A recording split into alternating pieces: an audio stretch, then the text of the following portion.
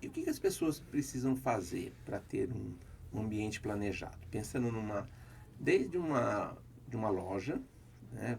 Uma loja que queira um estilo, né? Ou tem um estilo próprio, né? Às vezes está querendo fazer uma mudança, né? Daquilo, para causar um impacto mesmo nos clientes, né? E até mesmo os escritórios. Mas o que eles precisam fazer? Como é que funciona essa conversa sua com eles? O que geralmente eles pedem? Muitas vezes, a maioria deles, eles não sabem o que querem, né? Eles querem um ambiente bacana, mas não sabe como, até porque é por isso que eles me contratam, né? Senão não faria sentido. Mas o que a gente conversa primeiro, entender o quanto de pessoas vai ter ali. Então, vai ser uma sala para 3, 5, 10, então isso muda muito.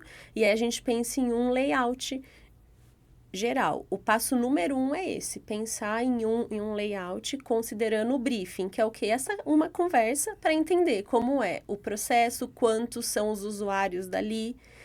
E aí o que vai determinar isso, além da quantidade de pessoas, é o fluxo, né, que a gente vai ter ali.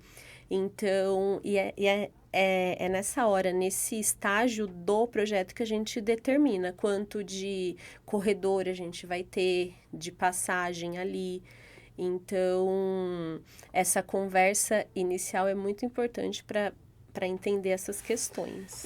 E pensando, né, naquilo que nós começamos, né, pensando no clima dos funcionários, né, qual que é a sua visão em relação a isso, né? O que você pensa com relação a essa questão de melhorar o clima, né, e o quanto que isso é benéfico, né? Porque aqui, pensando numa forma de como que isso vai beneficiar o colaborador, né? Em função de ter um ambiente que foi pensado para fluir melhor. Então, os colaboradores, né, eles vão ser influenciados ali com relação à área dele, aonde ele vai estar, no humor. Então, alguma coisa que incomode ele muito. Num ambiente melhor, ele não vai se sentir tão incomodado assim. Ele vai se relacionar muito melhor com os outros. Então, tendo esse ambiente para estar junto, para conversar, às vezes alguma coisa fora dali das estratégias, a gente também faz com que ele, além dele se relacionar melhor, ele vai conseguir ter uma área ali mais estável, né, para estar. É, é, porque essa era a nossa ideia, né, sobre o como que isso, né, influencia no dia a dia do funcionário. Nós até conversamos um pouco sobre isso, né? Se a gente tem um ambiente, por exemplo, onde os móveis são diferentes, cada mesa é de um estilo, as cadeiras já estão mais do que usadas, né? O ar-condicionado nem sempre funciona, tem dia que funciona, né? Ou fica pingando dentro do escritório, tal. Isso tudo interfere no humor do funcionário. Com certeza. Então, quando você tem isso de uma maneira mais organizada, e eu estou falando que interfere no humor, e interferir no humor pode interferir no resultado. O quanto isso vai dificultar para ele entregar o que se espera dele. Né? Então, quando ele tem esse ambiente mais harmônico, mais bem estruturado, melhora a produtividade e a chance dele estar entregando aquilo que se espera dele também, não é isso? É isso. Então a gente tem o foco, né, em resultado, ele também melhora muito nessa questão, porque a criatividade fica aflorada. E a gente tem uma outra questão aí. Quando a gente tem uma empresa com ambiente pronto, certo, próprio para aquela atividade, a gente retém os talentos, né? Então, a pessoa quer estar ali, o colaborador gosta, ele se sente também valorizado por ele ter a mesa dele, de repente, um ambiente bom para trabalhar, e ele quer continuar. E, de repente, ele pensa até em fazer um plano de carreira nessa empresa, porque realmente o ambiente influencia de modo que as pessoas e os colaboradores queiram estar ali e continuar ali. Essa questão de reter talentos, nós sabemos que é um desafio, né, nas empresas. Um desafio porque é importante ter aquele talento, ele está entregando, né, aquilo que se espera dele, por isso ele é considerado um talento. E a empresa, ao mesmo tempo, tem medo de perdê-lo para um concorrente, para o mercado de maneira geral. Né? Então, até nisso acaba influenciando. Né? O fato de ter um ambiente harmônico, bem pensado, né? Até isso na decisão acaba sendo importante na hora dele decidir por ficar.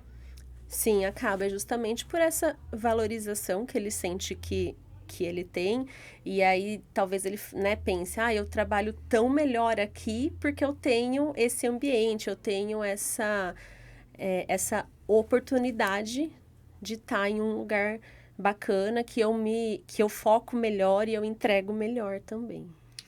Legal. Ô, Cíntia, e essas questões, né, todas, elas, de certa forma, não é sempre que a gente vê isso nas empresas.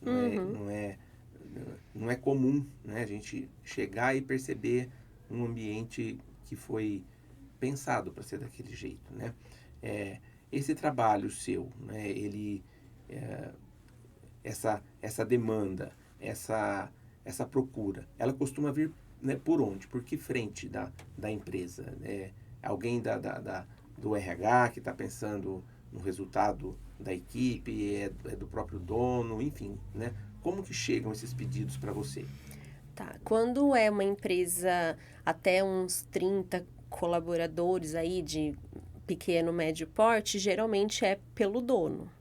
Quando a gente passa em empresas que são maiores, quem vem é o RH ou o gerente de cada área mesmo. Eu sou gerente de engenharia, eu preciso ter uma área de projetos. E aí é ele mesmo quem vem e busca. Ô, Cíntia, e quais são as características dos ambientes planejados? Como que eles costumam ser? O que tem lá? Bom, a gente precisa pensar em várias coisas, né? Acho que a número 1 seria uma boa distribuição do ambiente em si. Então, eu já comentei aqui sobre corredor, sobre NBR e tal, mas eu vou explicar na prática, porque eu acho que vai ser mais fácil de entender. Então, por exemplo, quando a gente pensa em boa distribuição, o que seria? Nós temos 2 mesas de pessoas ali. Então, uma aqui e uma atrás. Você já pensou nesse movimento aqui, ó? Pode ser que quando eu levante, eu bata no outro atrás. E isso, às vezes, as pessoas não pensam, né? Então, isso faz com que a boa distribuição ali fique uma pessoa sentada aqui, uma pessoa atrás e uma ainda passe nesse centro. Então, são essas medidas que determinam essa boa distribuição.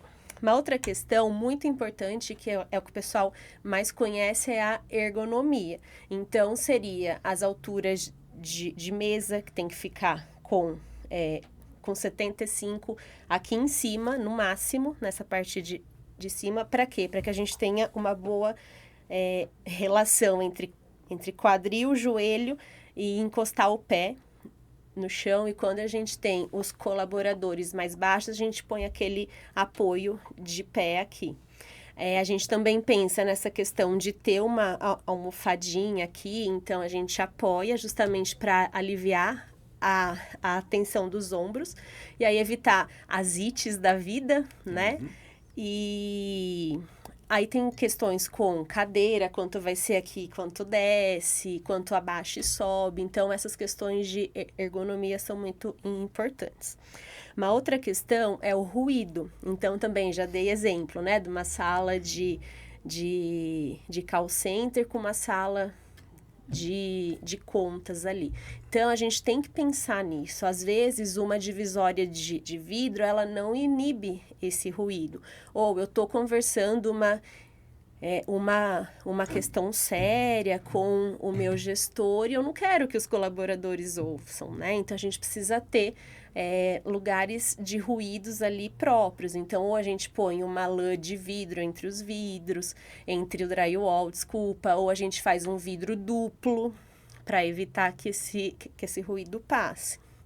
E também a questão da iluminação, né?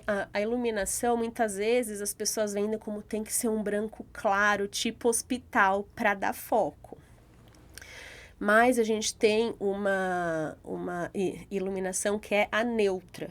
Então, essa neutra, ela traz o foco, te ajuda a estar ali, porém ela não é aquela que incomoda, que parece uma sala de hospital, de cirurgia em si. Então, a gente tem essas questões para levar em consideração para montar um ambiente bacana. Entendi. Você estava falando aqui das mesas, né, do espaço entre uma mesa e outra, para que a pessoa possa sentar confortavelmente na hora de levantar, não bater na cadeira de trás, né? Então, aquela coisa de quem é a pessoa da empresa, né, naquele olhar de quem não é o arquiteto, né, de interiores, falar, aqui nessa sala, acho que cabe o departamento pessoal que tem 5 mesas, né? Só de olhar pode caber ou não as 5 mesas, né? Porque se não respeitar esses espaços todos que você está dizendo, né?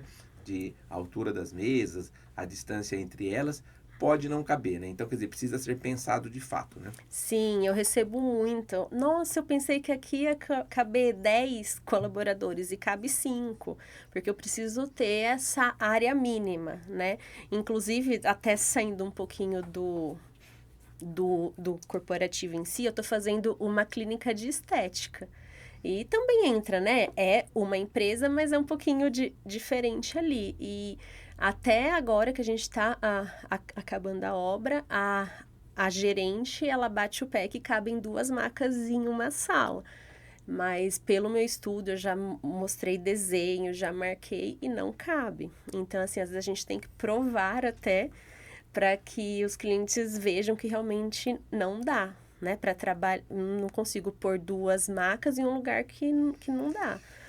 Então, na hora de fazer esse planejamento, tem que saber, inclusive, além das mesas, quais são os outros equipamentos que aquela equipe usa, né? Estou pensando em armários, impressoras, se for assim, uma mesa de reunião, que também às vezes precisa para aquela equipe. Então, na hora de entender ou de pensar o que cabe, também tem que saber o que de fato vai ser necessário lá, né? Não adianta falar, não, depois a gente dá um jeitinho, né? Porque aí o projeto não vai ficar de acordo porque a pessoa não contou de fato aquilo que ela precisava. Então é importante dizer, né? Olha, aqui são tantas pessoas, eu preciso que tenha o espaço da impressora, ou um frigobar que eu preciso aqui, porque essa é uma sala de reunião. Então ele tem que trazer tudo aquilo que ele acha importante e necessário para que você pense de uma maneira organizada, né? Organizada no sentido de distribuir de uma maneira organizada tudo aquilo que é necessário. Sim, é por isso que nessa conversa inicial é muito importante a gente levantar essas questões. E às vezes a pergunta é essa: quantas pessoas você precisa na mesa de reunião? E aí, não sei, 4, 6. E aí você faz a pessoa até a pensar nisso, né? Que às vezes ela nem tá nesse estágio de pensar mesmo, para que não tenhamos erro, né? E depois ter um retrabalho de realmente ter que comprar uma outra mesa, né? Não sei. Então, isso é muito importante, a pessoa pontuar o que ela quer e necessita. Muito bom. Ô, Cíntia, então nós podemos pensar, para a gente concluir, né? Que planejar o ambiente de trabalho, né, o local de trabalho onde as pessoas estarão ali 8 horas por dia, é importante por conta da questão da produtividade, do clima, né, entre as pessoas, da pessoa se sentir bem naquele ambiente, se sentir feliz, né, não ficar irritada porque está só num canto muito apertada, né? Então isso tudo é muito importante para trazer um ambiente melhor e um ambiente mais saudável para aquela equipe. É isso, né? Com certeza, é isso. Legal, Cíntia. Muito obrigado. Foi muito bom ter falado com você hoje. Você contribuiu bastante para o nosso tema. Espero que você tenha gostado. Obrigado. Gostei muito, Sérgio. Obrigada. Como eu já falei, é uma honra estar aqui. E até a próxima. Até a próxima. Obrigado.